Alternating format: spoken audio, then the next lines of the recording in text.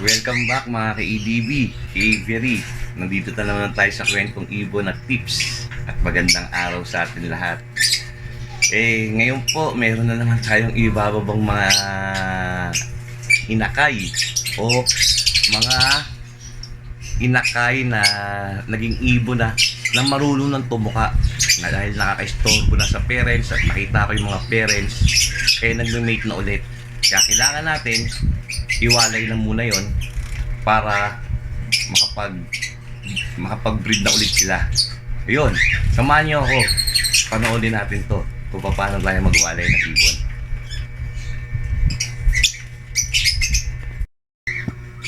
Okay guys, ito yung una natin. Ayan, pinababa muna natin mga parents. May kukunin tayo dito mga inakay. Ayan. Ayan po sila. Yung dalawang parblo na yan, kukunin na po natin yan. Kasi ay bumababa na ho yan at marunong lang tumuka. Pero yung isa, titingnan po natin kung kaya natin. Kung kaya natin anuhin. Ayan o, bumababa na sila. Ayan o. Pero itong isa, titingnan ko kung marunong na. Ito. Ayan guys. Kung okay na siya. Kung okay na ba to? Kung kailangan pa natin iwan to dahil hindi ko pa nakita bumababa to. Ito muna kukunin natin yung dalawa. Ayan. Yung dalawang par blue. Ayan. Ayan ang huhulihin natin. Okay guys, ito lang huli ko na itong isang par blue. Ayan, pa to. Ay, pa ba to? Saka ko na lang checkin. Ayan o. Nahuli ko na, ilalagay muna natin dito. Kasi hindi natin pwede isama to sa mga huli natin binaba dahil punong-puno po sila. Ayan o. Ayan o. Punong-puno. Dito pa si sa flight feeds natin, punong-puno rin. Ayan o. Hindi na kasi pagka sinama ko dito, hindi ko makukuha yung edad nila. Ayan. Huli pa natin yung isa. Ayan dito. Pero yung isa hindi muna natin ibababa.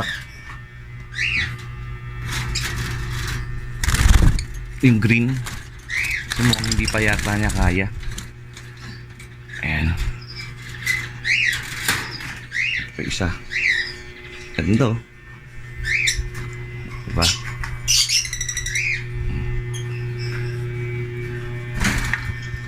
Medyo may ilap pa to. Siyempre, di para pa to tayong liparan. Ayan. Tapos may kukunin pa tayo. Okay, dito naman guys, may kukunin na rin tayo dito. Yun yung nag-visual na pale palo. Nakabantay yung parents oh. Ayun, bumaba na. Pareho sila bumaba oh. Diba? Ayan. Kukunin natin ngayon ito. Ayan, kukunin natin to. Tsaka yung green. Okay?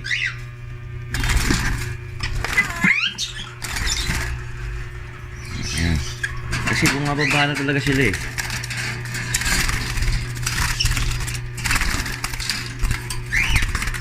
Hirap tuligin masyado silang may ilap. Nanuka pa yung parents Ayun, huli na natin tong green. Ayan. Aray, tinutuka ako. Okay. Kasi sa mataas siya nakalagay. Kaya ang hirap ulihin. Aray. Ibig sabihin to, ano na to, medyo talagang okay na siya kasi nanunukan Sakit to. Ngayon, yung isa naman hulihin natin to. Ayan. Kasi nakita ko nagme-mate na. Ayan, nahuli na natin. Nanunuka na sila Ayan. Ito yung visual na pale Ayan. Ito kaya makukuha natin ngayon. Araw na to. Ayan, dyan muna sila. Ayan. Dyan muna sila liparan. Okay. Ayan guys, may kukunin pa tayo ulit dito. 3. Ayan, sumisilip-silip Ayan. Kukunin natin to kasi gawa ng talagang bumababa na sila.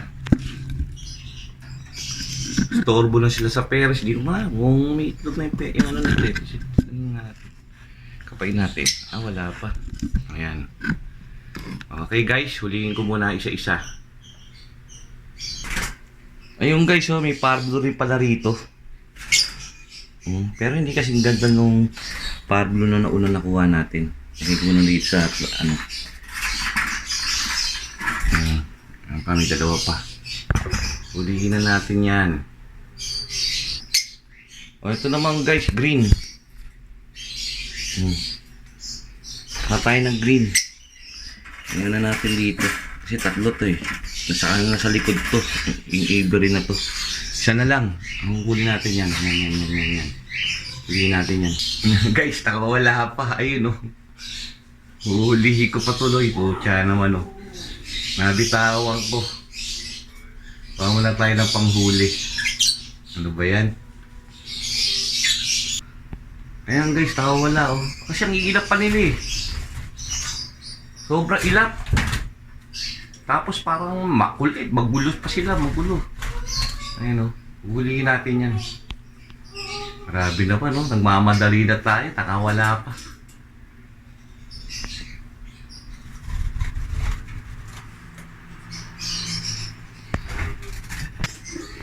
Ayun guys. Nahuli ko rin. Puta, pinahirapan pa ako. Visit naman talaga tong ibon na to.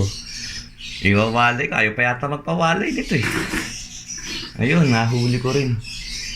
Ayun. Ay, salamat naman. Green. Okay guys, ayan na. Ilalabas na ho natin. Ilalagay na isasama-sama na ho natin doon sa may ano. Tatlo pa rito. Sama-sama na ho natin sila dito. Oh. Magkakapatid dyan. Diba? Kasi ngayon kaya nakalabas ho yan. Magpapakain na rin po kasi tayo ngayon. Ayan papakain na ho tayo. At ganun din po, ipapakainin na rin natin sila. Bigyan natin sila ng pagkain ng mga pang ganito. Okay guys, ayun na po sila lahat oh. Kaso medyo may ilap. Ang iilap nila magugulo. Siyempre alam niyo naman, bagong walay, hindi pa sanay maglilipad-lipad sa mga tight cage. Ayan sila. Meron tayo nababang 7. Marami na rin 7. Diba? Ngayon ipapakita ko naman sa inyo kung ano ipapakain natin dito. Para malaman po nyo kung ano yung pwede palang ipakain pagka bagong wala yung ibon. Kung ano yung pinapakain. Okay? Yun ang ipapakita ko sa inyo. Ngayon yung page follow. Visual.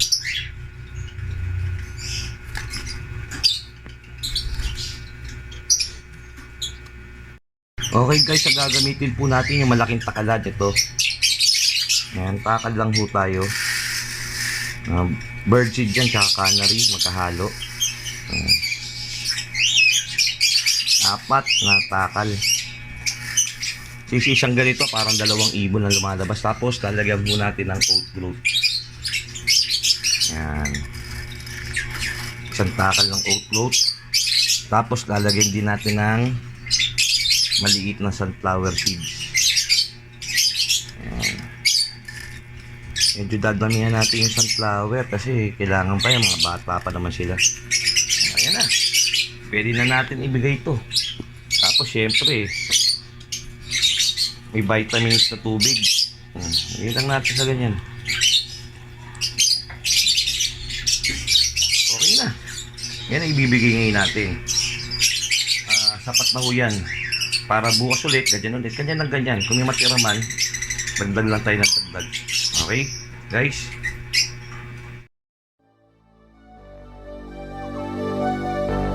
Fill me out with your smile.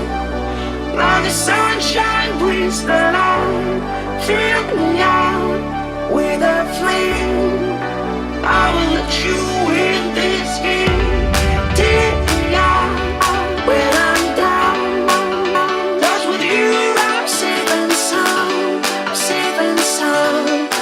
safe and sound, safe and sound, safe and sound, safe and sound, safe and sound, safe and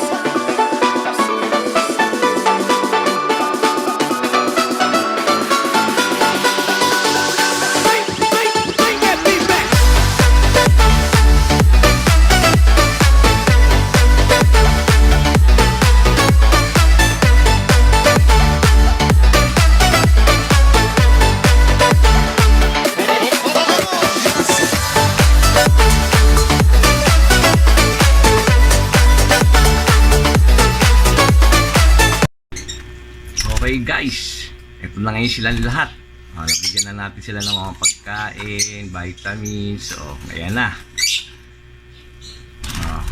Diyan muna sila dyan hanggang sa gumulang sila. Tumanda sila dahil sila magkakabatch. Sila magkakasing edad. Okay guys ha. Ayan na sila. Diyan na rin sila makakakalap na kanya-kanilang partner. Natural pairing. Mga ganyan. Okay guys, hanggang dito na lang muna ho tayo. Sana po huwag niyo kakalimutan mag-like, share at subscribe. At pakishare na rin po to sa mga newbies para magkaroon sila ng kaalaman sa pag-iipon. Ayun, hanggang dito na lang po. Maraming salamat po sa atin. At God bless.